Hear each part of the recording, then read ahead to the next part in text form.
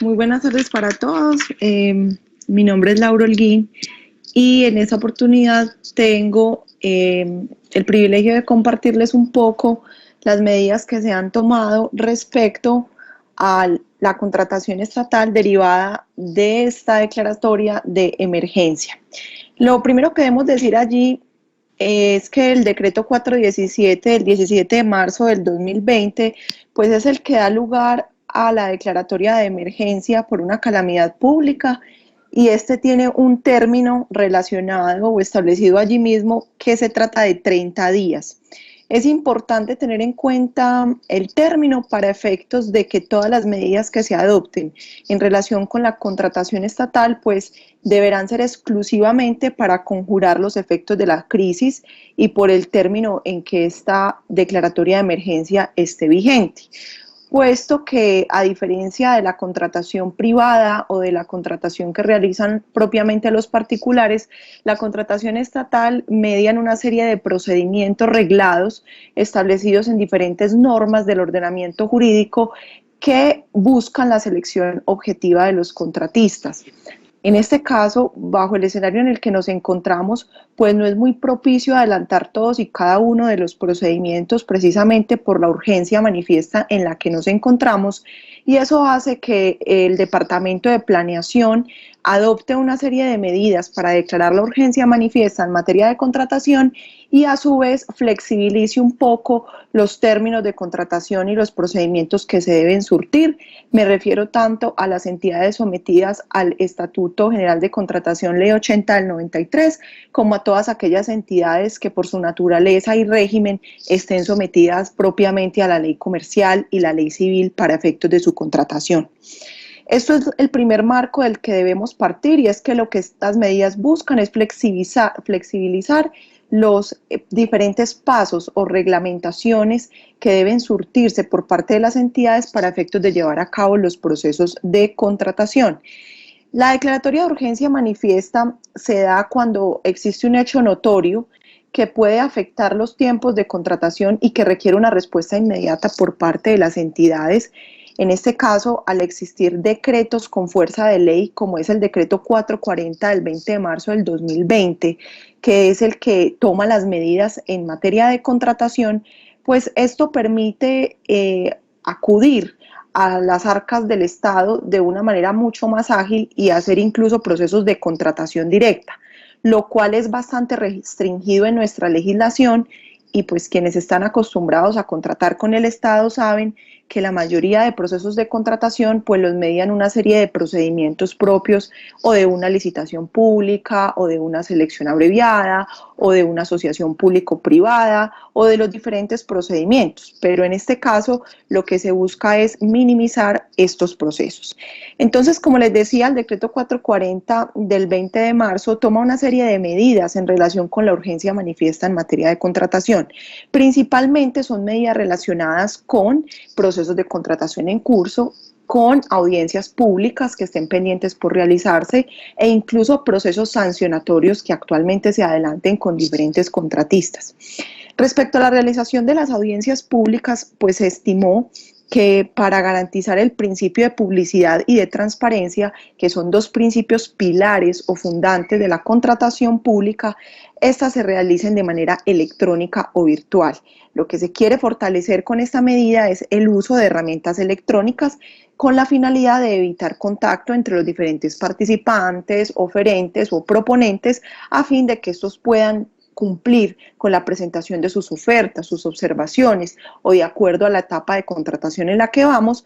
a través de herramientas electrónicas y así evitar la circulación y el contacto físico. Esto por un lado. Además, hay otras medidas adicionales, y es que la administración pueda dirigir procedimientos de contratación y determinar si estos deben suspenderse o seguir.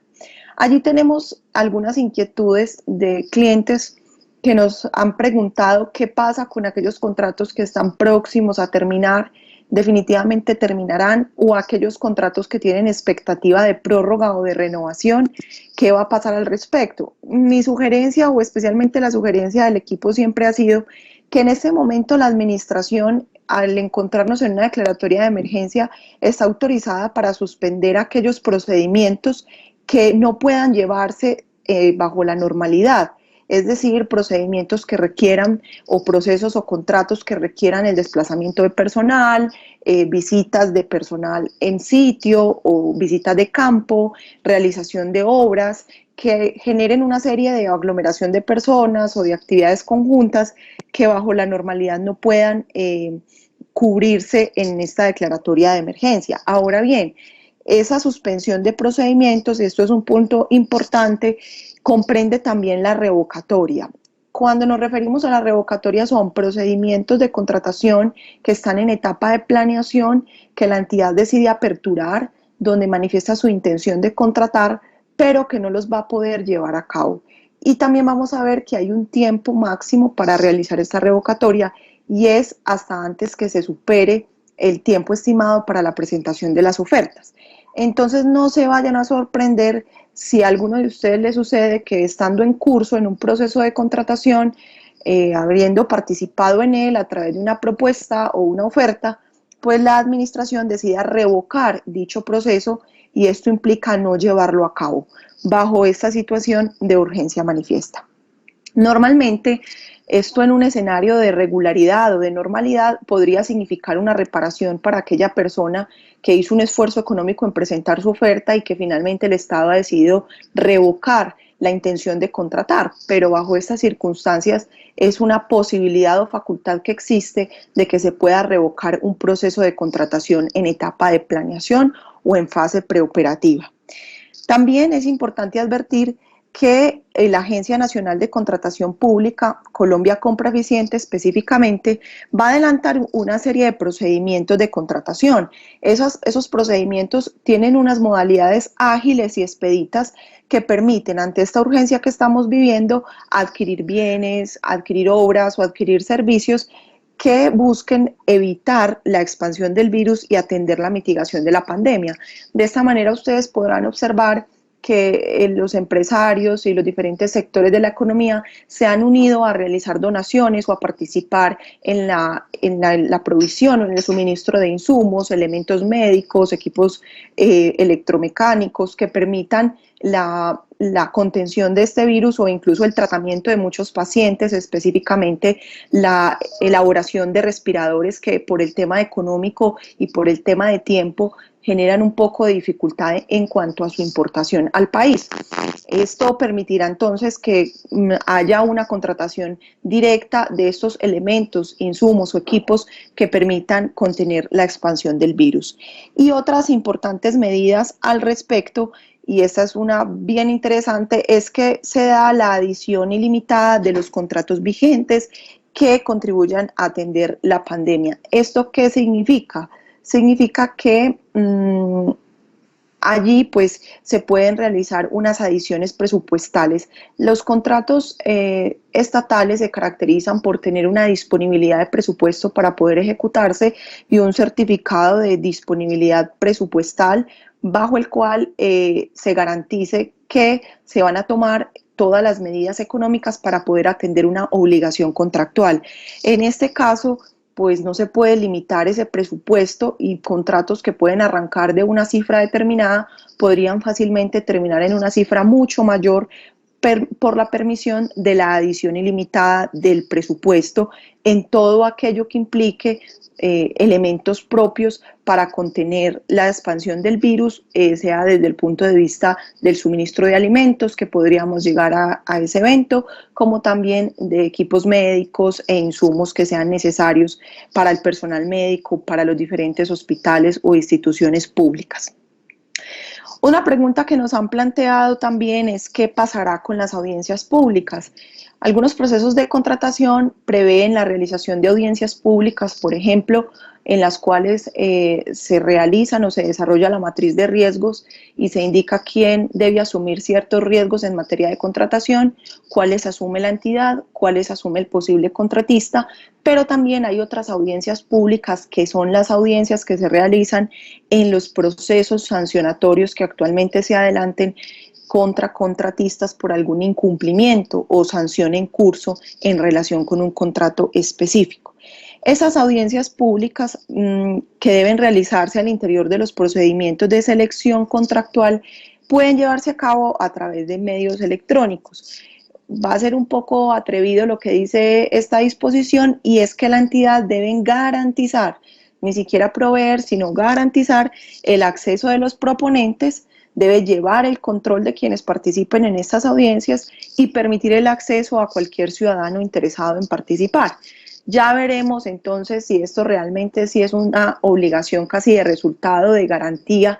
o si realmente es una obligación de medio, en la medida en que muchas personas, por la situación en la que estamos, pudieran no tener ese mismo acceso a todas las herramientas tecnológicas, e incluso los ciudadanos que quisieran ser veedores del contrato no pudieran participar de una manera directa como lo podrían hacer en audiencias presenciales. Sin embargo, así está establecida la medida, y es las audiencias públicas a través de medios electrónicos. En este caso, la entidad estatal pues debe indicar y también garantizar todos estos medios, y deben ser utilizados en la medida de lo posible para registrar toda la información que se genere al interior de la audiencia. Esto no cambia el cronograma de los procesos de contratación, simplemente las audiencias que estaban previstas realizarse dentro de los periodos respectivos se realizarán por medios electrónicos, siguiendo el procedimiento, salvo que realice la entidad algunas adendas, esto es, adiciones o cambios al cronograma, o que realice la suspensión del proceso de contratación, como lo venimos advirtiendo. Es importante para quienes participen en estas audiencias solicitarle a la entidad la respectiva acta en la cual se establezca pues todo lo que ha acontecido en la audiencia específicamente. Creo que aquí se perdió un poco la imagen, ya.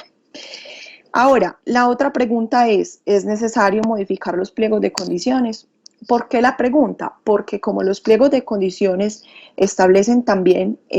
unas medidas y establecen la forma como se llevarán a cabo las audiencias, muchas personas se preguntan si es necesario modificar los pliegos de condiciones. Para los procesos de selección que se encuentren en curso no es necesario modificarlos, es importante advertirlo. Sin embargo, mínimo 2 días hábiles antes de que se realice la audiencia,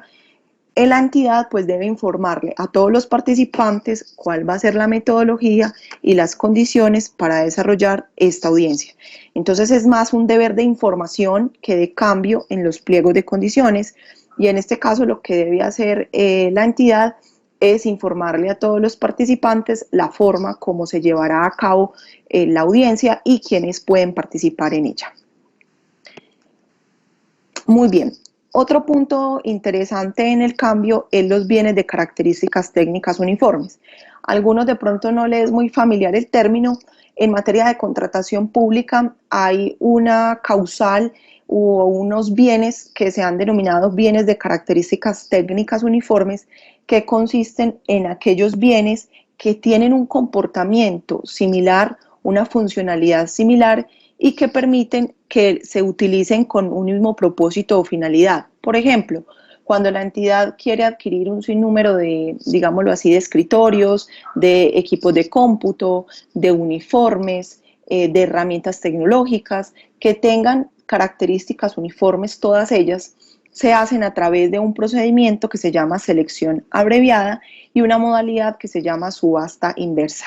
En este caso, si la entidad requiere, por ejemplo, contratar la provisión de X tapabocas, la provisión de X equipos médicos para instalarlos en las diferentes instituciones prestadoras del servicio de salud, lo pueden hacer o por contratación directa o incluso por selección abreviada bajo el mecanismo de subasta inversa. Una subasta inversa se llama inversa porque en este caso no es la entidad la que ofrece, sino que son los diferentes proponentes los que en una medida de tiempo lo que hacen es hacer una puja, realizando una reducción sucesiva de precios para mirar cuál es el precio más favorable que tiene la entidad. En este caso, cuando se quieren contratar este tipo de bienes, mediante el procedimiento de selección abreviada, se puede también adelantar por medios electrónicos. Colombia Compra Eficiente va a poner a disposición tanto de todos las personas interesadas como también de las diferentes entidades una aplicación que les permite adelantar estas subastas inversas en medios electrónicos en el sistema que todos los contratistas y interesados están en total contacto en materia de contratación, y es el SECOP. El SECOP es el sistema de publicación de las diferentes ofertas y procesos de contratación con cada uno de los actos jurídicos que lo acompañan. Entonces, esta plataforma tendrá también disponible este mecanismo de aplicación para realizar la subasta inversa. En ausencia de la aplicación, porque algunas entidades no lo puedan implementar, porque tengan algunos otros medios tecnológicos diferentes al SECOP, pues se les habilita a las diferentes entidades a que ellas de manera directa puedan adquirir en el mercado una plataforma electrónica que le permita disponer de estos medios para realizar las diferentes subastas a efectos de adquirir los bienes de características técnicas uniformes. Otro punto a desarrollar que desarrolla el decreto 440 es los procedimientos sancionatorios de contratistas. Resulta que cuando se han celebrado los contratos, pues en la ejecución o en la etapa de ejecución de los mismos se pueden presentar una serie de eventos que dan lugar a declaratorias de incumplimientos, a imposición de multas y sanciones. Al ser estos procedimientos sancionatorios, pues debe siempre garantizarse el debido proceso y el derecho de audiencia de los contratistas. En ese caso, también hay una serie de audiencias en las cuales se llevan a cabo periodos probatorios, alegaciones e intervenciones tanto del contratista, de la compañía de seguros que expide las pólizas para el contrato, del interventor del contrato, de la entidad, de los supervisores, entre otros actores fundamentales. Estas audiencias, que son programadas de conformidad con el procedimiento sancionatorio que está contenido en el artículo 86 de la Ley 1474 del 2011, también se podrán realizar por medios electrónicos. En este caso, ese medio electrónico sí garantizará la instancia mínima de las personas que repercuten en la actuación. En ese caso serían los contratistas, quienes hayan expedido las diferentes garantías, los interventores y supervisores del contrato, y por supuesto, pues allí sí no estará la audiencia en público en general o los ciudadanos, teniendo en cuenta que es un proceso sancionatorio propiamente hacia el contratista. En este caso, la entidad estatal pues debe elegir y garantizar también los medios electrónicos y los medios de comunicación, y debe garantizar, por supuesto, el registro de la información generada, esto en aras de que más adelante no se presente una violación a garantías fundamentales del debido proceso y el derecho de audiencia. Una cosa importante: si usted es ordenador del gasto, es asesor de un representante legal, de una entidad territorial o de una entidad pública, puede tener en cuenta que en virtud de esta medida puede el ordenador del gasto o el funcionario competente, según la dependencia de la entidad que se trate, decretar suspensión de términos. Ya tenemos suspensión de términos en la jurisdicción. Hay los diferentes acuerdos del Consejo Superior de la Judicatura suspendiendo términos, y hay otras entidades que, como bien lo decía el doctor Daniel, la Administración de Impuestos también los ha suspendido, y en este caso, pues el ordenador del gasto, como quien realiza la gestión fiscal de los contratos, pues puede decretar la suspensión de los términos, inclusive de aquellos términos que hayan iniciado con anterioridad a la entrada en vigencia del decreto 440. De esta manera, pues algunos procedimientos sancionatorios puede que no se lleven a cabo y que simplemente queden suspendidos hasta que se superen la declaratoria de emergencia. Otro punto también allí a tratar es la pregunta casi que generalizada de muchos clientes, y es la relacionada con la suspensión de procedimientos de selección de contratistas. Muchos de ustedes o algunos de nuestros clientes están en procesos de selección, han presentado sus ofertas o están a punto de presentarlas, están preocupados por este procedimiento porque esto implica una preparación económica, financiera, de personal para poder participar ante las entidades. En este caso, por razón del servicio y en consecuencia de la emergencia, es posible suspender procedimientos de selección. Digamos que en este caso es importante tener en cuenta que, a diferencia de otras medidas que pueden llegar a tomarse y frente a las cuales pueden haber diferentes recursos o medios de impugnación, si la entidad decide suspender el proceso de selección, contra esa decisión no procede ningún recurso. Yo pensaría, en mi sentir profesional, de que no hay procedencia de ningún recurso para no abrir debates judiciales frente a la decisión de por qué se suspendió o no. Además, porque la suspensión no implica finalización, ni implica terminación, simplemente es un cese de actividades, un cese de gestiones por realizar para dejar ese procedimiento latente o con potencial desarrollo, sin embargo, dejarlo por un tiempo un poco quieto, un poco paralizado a efectos de esperar qué sucede con esta situación de emergencia. Entonces, pues allí no se podrá hacer, no se tendrá ningún recurso frente al acto administrativo que decida suspender los procedimientos de selección. Y en caso de requerirse recursos para atender pues, situaciones relacionadas con la emergencia, las entidades, como bien se los decía, pueden revocar de manera motivada los actos administrativos de apertura.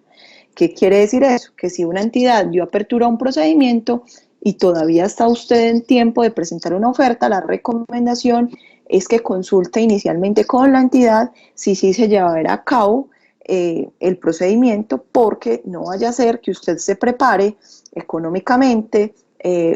por recursos humanos, a presentar su oferta, pero la entidad decida, mediante un acto administrativo debidamente motivado, revocar este proceso de contratación que ha iniciado. Sin embargo, hay una condición, y es que la revocatoria puede darse siempre y cuando no se haya superado el tiempo para la presentación de las ofertas. De tal manera que si ya se superó, ya se cerró el periodo de ofertas, la entidad no puede revocar el procedimiento de selección. También es importante aclarar que contra la decisión de revocar estos procedimientos, siempre y cuando se cumpla la condición, no procede tampoco ningún recurso. Esto en aras de evitar discusiones administrativas o judiciales más adelante. Como les hablé desde el principio de la declaratoria de urgencia, pues yo quería explicarles un poco, ya para finalizar, qué significa la contratación de urgencia, puesto que muchos de nuestros clientes pueden preguntarse si aplican o no dependiendo del objeto o actividad económica de la compañía.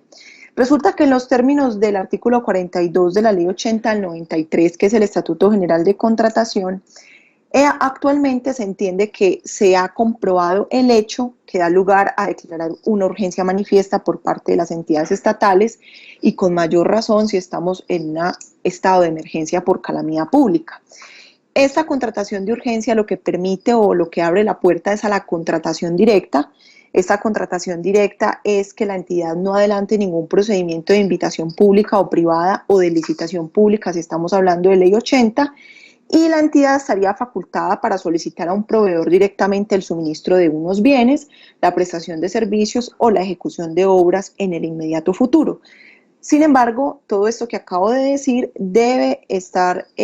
direccionado a efectos de prevenir, contener y mitigar los efectos del COVID-19, y también para realizar aquellas actividades necesarias o conexas para optimizar el flujo de recursos. Es decir, las entidades tendrán que proveer aquellos recursos que sean necesarios para utilizarlos en aquellos elementos o insumos a efectos de superar esta situación de emergencia y también de facilitar un poco los recursos al interior del sistema de salud, sobre todo para aquellas entidades que reciben recursos con destinación a al sistema de salud y a las diferentes instituciones prestadoras de salud.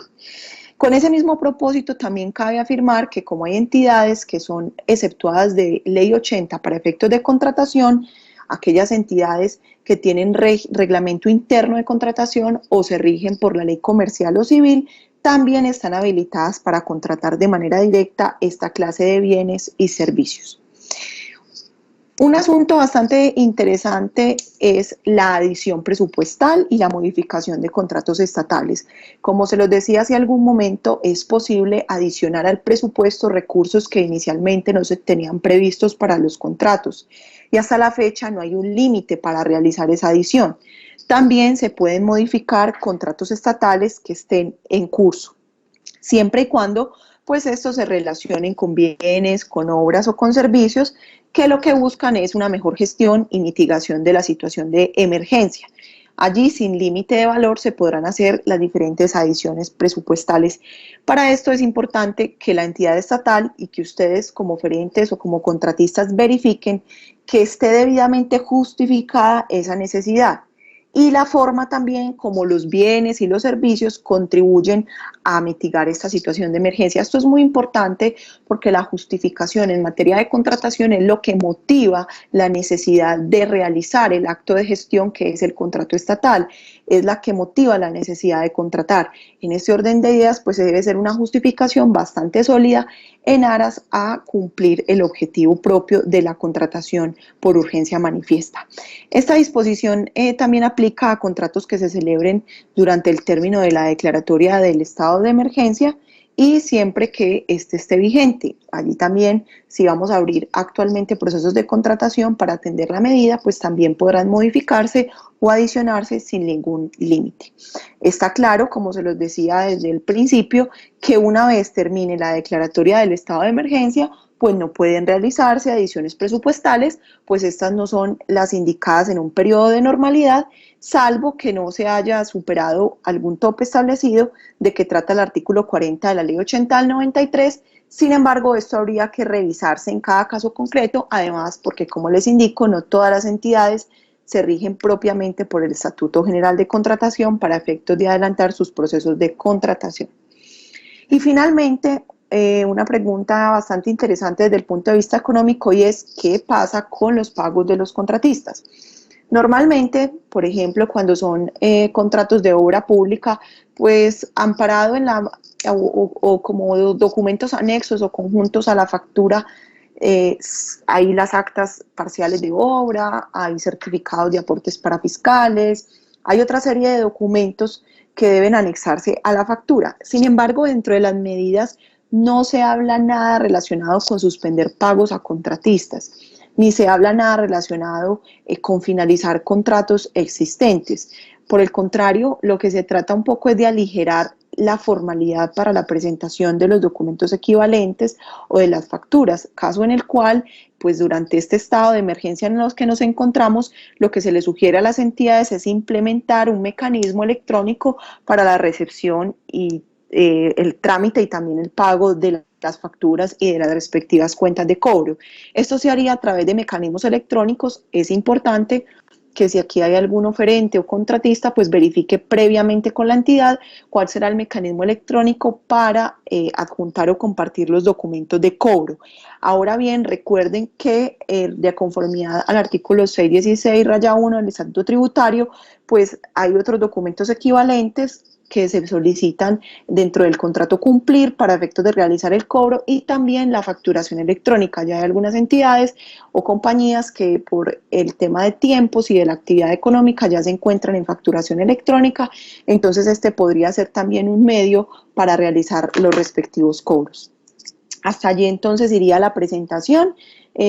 Tratamos de sintetizarla lo que más se puede, sin embargo, estos son como los puntos más relevantes. Ahora bien, hay un tema en materia de concesiones viales y específicamente el tema de tarifas en los peajes. Esto es un concepto dado por Invías a uno de los concesionarios en los cuales se indica que no se podrá realizar cobro